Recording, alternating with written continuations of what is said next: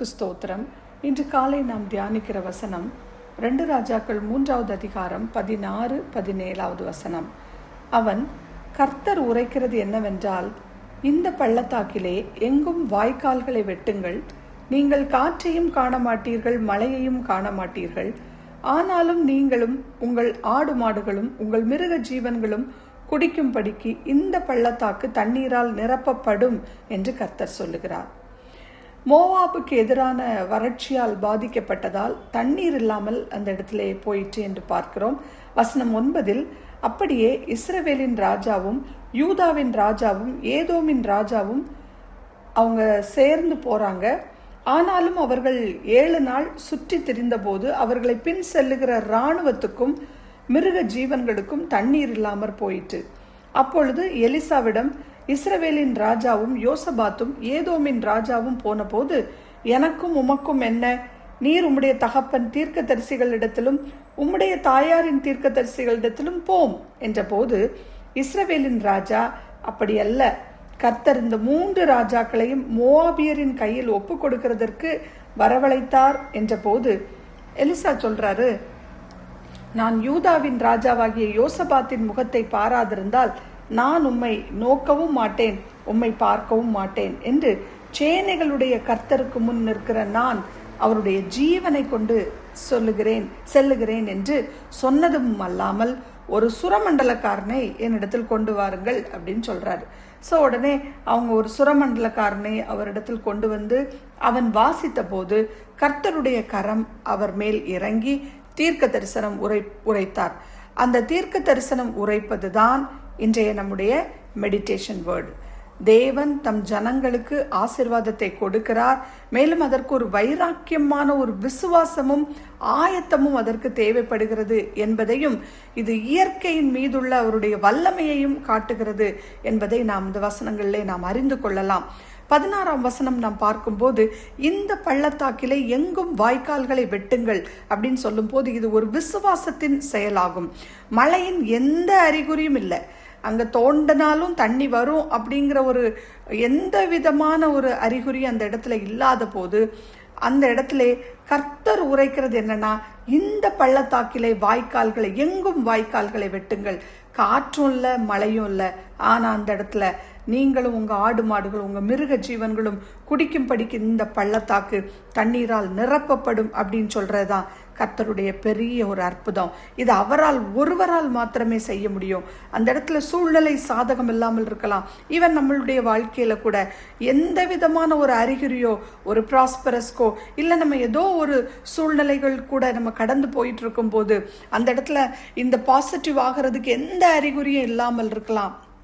Maybe பிள்ளைகளுடைய காரியமா இருக்கலாம், இல்லை நம்மளுடைய வாழ்க்கையில இருக்கிற போராட்டங்களா இருக்கலாம், இல்லை குழந்தை செல்வங்களுக்காக காத்து கொண்டிருக்கிறவங்களுக்காக இருக்கலாம், பல வருஷங்களாக பல நாட்களாக காத்திருந்து சோர்வடைந்து இருக்கலாம்.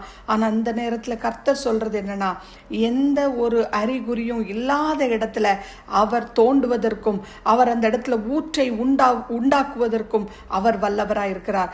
இங்கே போர்ல பாத்தீங்கன்னா நன்கு தேர்ச்சி பெற்ற அந்த 3 படைகளுடன் 3 அரசர்கள் மோவாபை அடக்குவதற்காக ஒன்று திரள்கிறார்கள். ஆனால் அங்கே பார்த்தா தண்ணீர் பற்றாக்குறை. ஆனால் அந்த படைகள் அனைத்தும் ஒரு முட்டுக்கட்டையாய் ஸ்தம்பித்து போயின அந்த இடத்துல.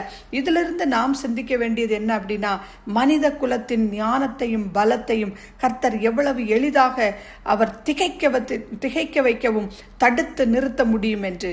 இந்த தேவையின் சூழ்நிலையில் மனிதர்கள் எவ்வளவு பலமற்றவர்களாகி விடுகிறோம் பாருங்க. மனிதன் தன்னை ஒரு கடவுளை போல எண்ண துடிக்கிறான், ஆனால் சிறிதளவு தண்ணீரே அவர்களை வீழ்த்தி விடுகிறது என்பது இந்த சூழ்நிலையை பார்த்து நாம் அறிந்து கொள்ளலாம். இங்கே தேவனை சார்ந்திருப்பது மட்டும்தான் உண்மை என்று உணர செய்கிறது. அது மாத்திரமல்ல, இங்கே வாய்க்கால்களை வெட்டுங்கள் என்று சொன்ன போதுதான் அந்த சொன்ன தேவன் காற்று இல்லாமல் இருந்தாலும் மழை இல்லாமல் இருந்தாலும் நீங்களும் உங்கள் ஆடு மாடுகளும் உங்கள் மிருக ஜீவன்களும் குடிக்கும்படிக்கு இந்த பள்ளத்தாக்கு தண்ணீரால் நிரப்பப்படும் என்று சொன்னது போல், தேவன் மறுநாள் காலமே எலிசா பலி செலுத்தப்படும் நேரத்துல தேசம் தண்ணீரால் நிரம்புகிறது, மழை வருகிறது. இதனால் எதிரியான அந்த மோவாபியர் நினைக்கிறாங்க, அந்த இடத்துல பார்த்தா அந்த சூரியன் அந்த வெளிச்சம் அவர்களுக்கு ஒரு இரத்தம் போல் காணப்படுகிறது. இதனால தாங்களே ஒருவரை ஒருவர் வெட்டி கொண்டு மாண்டு போனார்கள் என்று பார்க்கிறோம். இதுவே விசுவாசத்தின் திறவுகோல். நாம் ஏற்றுக்கொள்வதில் தாமதிக்காமல் இருக்கும் போது கர்த்தர் நம் வாழ்க்கையிலையும் எந்த அறிகுறியும் இல்லாத இடத்துல நாம் நினைக்கிறதை காட்டிலும் கிரேட்டர் காரியங்களை, பெரிய காரியங்களை கர்த்தர் செய்து கொண்டிருக்கிறார். இந்த நிமிஷமும் நாம் அதை உணர்ந்து கொண்டிருக்கிறோம். நம் வாழ்க்கையில் ஒவ்வொரு நாளும் அவர் அற்புதங்களை செய்து கொண்டிருக்கிறார் என்பதில் எந்த மாற்றமும் இல்லை என்பதை இந்த வசனங்களின் மூலம் உணர்ந்து கொள்ளலாம். நாம் அடிக்கடி இந்த வசனங்களை நாம் ஜெபங்களில் உபயோகிப்பதுண்டு. இன்னும் விசுவாசத்தோடு ஜெபியுங்கள்.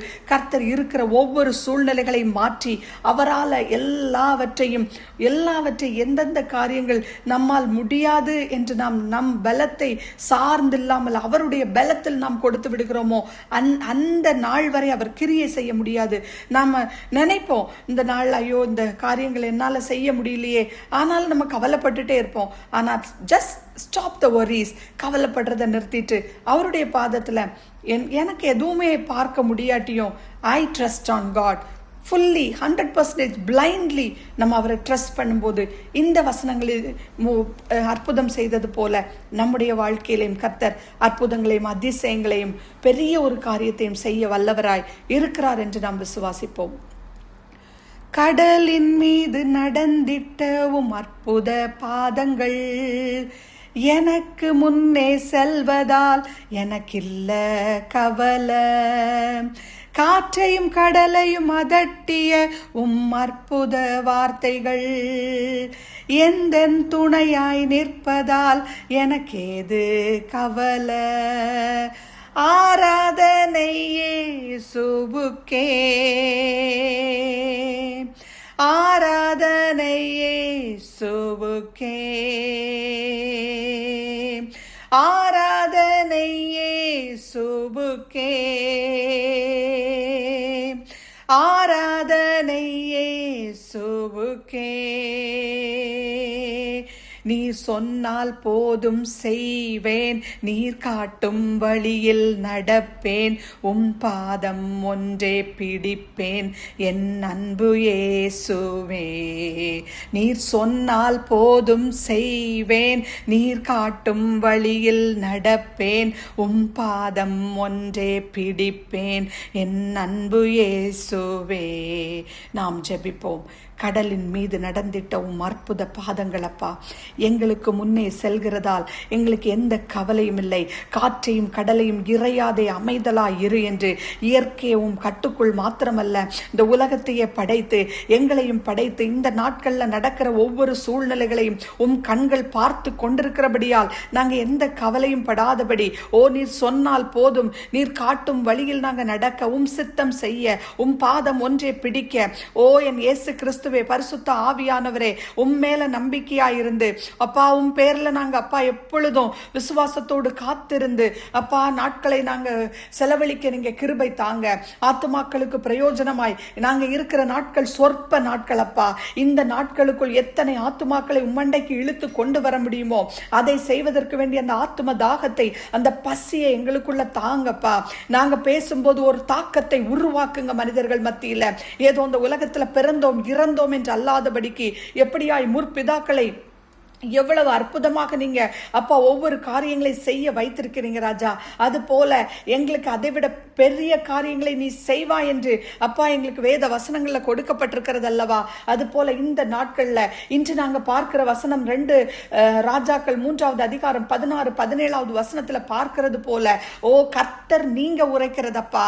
இந்த இடத்துல வாய்க்கால்களை வெட்டுங்கள், இந்த பள்ளத்தாக்கிலே இந்த இடத்துல காற்றும் இல்லை மழையும் இல்லை, ஆனாலும் அந்த இடத்துல ஆடு மாடுகள் உங்கள் மிருக ஜீவன்களும் குடிக்கும்படிக்கு இந்த பள்ளத்தாக்கு தண்ணீரால் நிரப்பப்படும் என்பது போல எங்க வாழ்க்கையில் இருக்கிற எல்லா வெறுமையான சூழ்நிலைகளும் மாற்றப்பட்டு எந்த இடத்துல அப்பா எங்க பலத்தினால் இதை தாங்க முடியலையே, எங்களால இந்த சோதனையை சகிக்க முடியலையே, நாங்க இதை எப்படி கடப்போம் என்று அப்பா அந்த நாட்கள்ல நாங்க பலவீனத்தோடு சோதனையோடு சோர்வோடு முன்னாடி என்ன நடக்க போகிறது என்று தெரியாதபடி நாங்க ஒரு பிளைண்டா நிற்கும் பொழுது உம்முடைய வல்லமை, உம்முடைய பலத்த கரம், உம்முடைய பலத்த அற்புதமான வார்த்தைகள் இந்த நாட்கள்ல கிரியை செய்து கொண்டிருக்கிறபடியால் உமக்கு நன்றி செலுத்துகிறோம் அப்பா.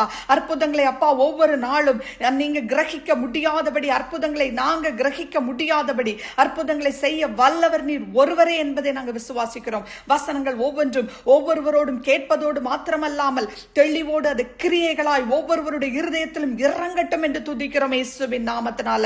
1 30 60 100 பலனை தந்து மற்ற ஆத்துமாக்களுக்கு பிரயோஜனம் உள்ளவர்களாக நாங்க அப்பா மரிப்பதற்கு முன்பாக பல ஆத்துமாக்களை உம்மண்டைக்கு பரலோக ராஜ்யத்திற்கு தகுதிப்படுத்த எங்க ஒவ்வொருவரையும் நீங்க தகுதிப்படுத்துமாறு கிருபையாய் வேண்டி கெஞ்சுகிறோம். இயேசு கிறிஸ்துவின் இனிதான நாமத்தில் துதிக்கிறேன் எங்கள் ஜீவனுள்ள நல்ல பரமபிதாவே.